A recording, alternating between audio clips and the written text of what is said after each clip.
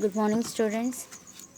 మనం లాస్ట్ క్లాస్లో ఇది formation of stationary waves in stretched string చూసాం.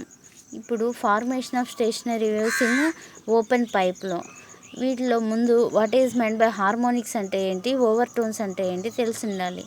The integral multiple of fundamental frequencies are called harmonics.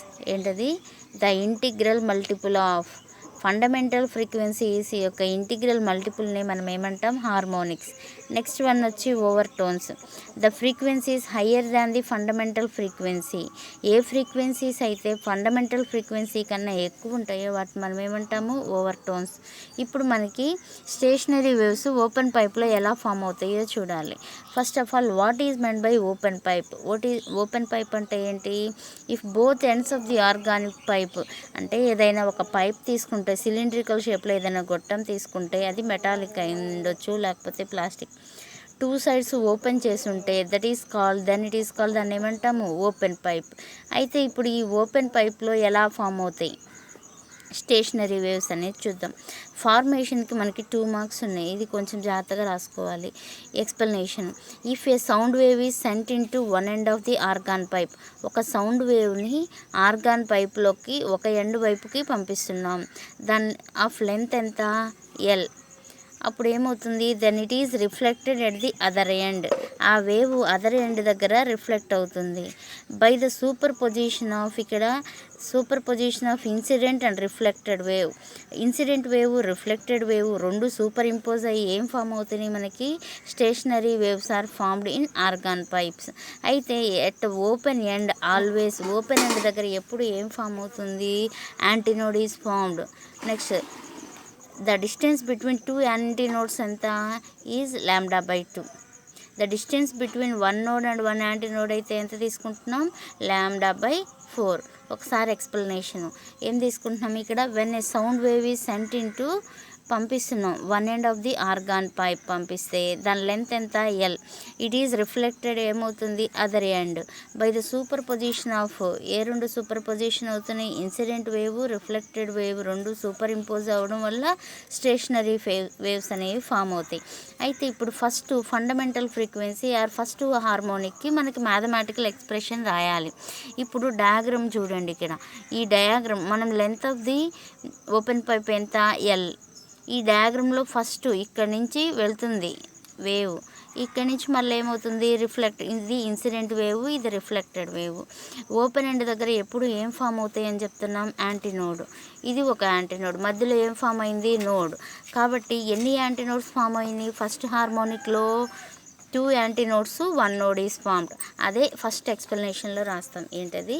In first harmonic ఎన్ని యాంటీనోడ్స్? 2 యాంటీనోడ్స్, 1 node is formed. 1 node is formed. తర్వాత మరి length ఎంత తీసుకుంటున్నాం ఇక్కడ? ఎల్ ఈజ్ ఈక్వల్ టు, రెండు యాంటీనోడ్స్ మధ్య డిస్టెన్స్ ఎంతమ్మా? λ/2.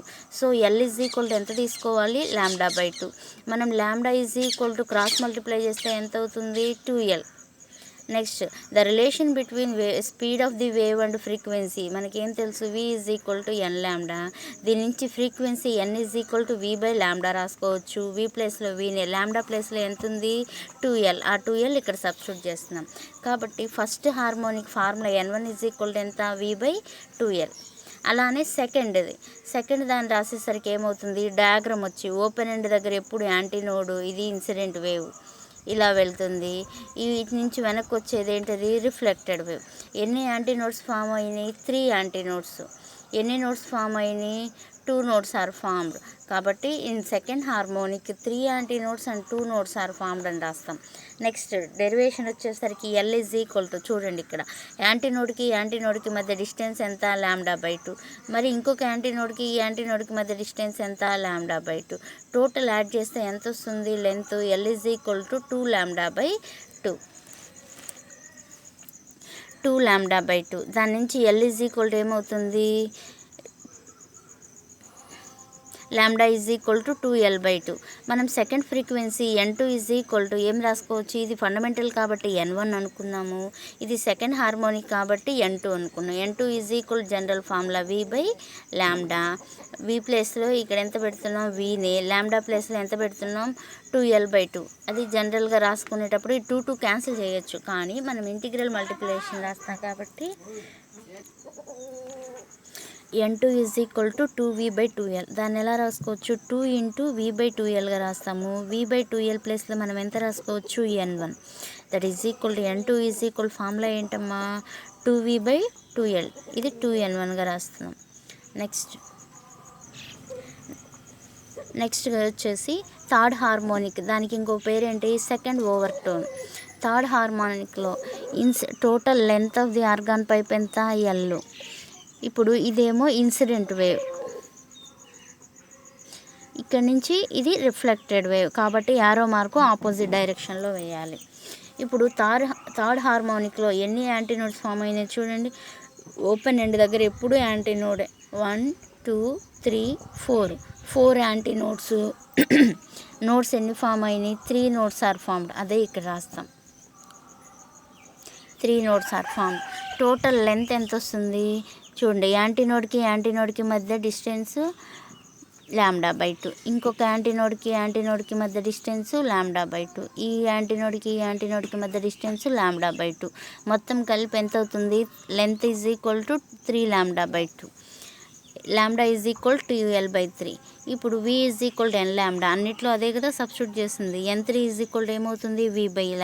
N3 అని ఎందుకు రాసుకున్నాం ఇక్కడ, థర్డ్ హార్మోనిక్ కాబట్టి V/2L/3. That is equal to ఎంత వస్తుంది, 3V/2L. దాన్ని 3 × N1గా రాసుకోవచ్చు. ఇప్పుడు N3 is equal to third harmonic formula ఎంత, 3V/2L. మరి frequencies ratio in open pipe, దీనికి 1 మార్క్ ఇస్తారు, కొంచెం జాగ్రత్త రాయాలి. N1:N2:N3 ఈజ్ ఈక్వల్ టు ఎంత వస్తుంది, 1:2:3. అది ఎలానో చూడండి. ఫస్ట్ది N1 అనుకున్నాం, ఆ N1 మనకి ఎంత, V/2L. సెకండ్ N2 అంటే ఎంత వస్తుంది, 2 × V/2L. థర్డ్ N3 అంటే ఎంత వస్తుంది, 3 × V/2L. కాబట్టి ఫ్రీక్వెన్సీ రేషియో ఎంత, రేషియో వేస్తే అన్నిట్లో V/2L క్యాన్సిల్ అవుతుంది, 1:2:3 రేషియో. కొంచెం జాగ్రత్తగా నోట్ చేసుకోండి ఇదంతా.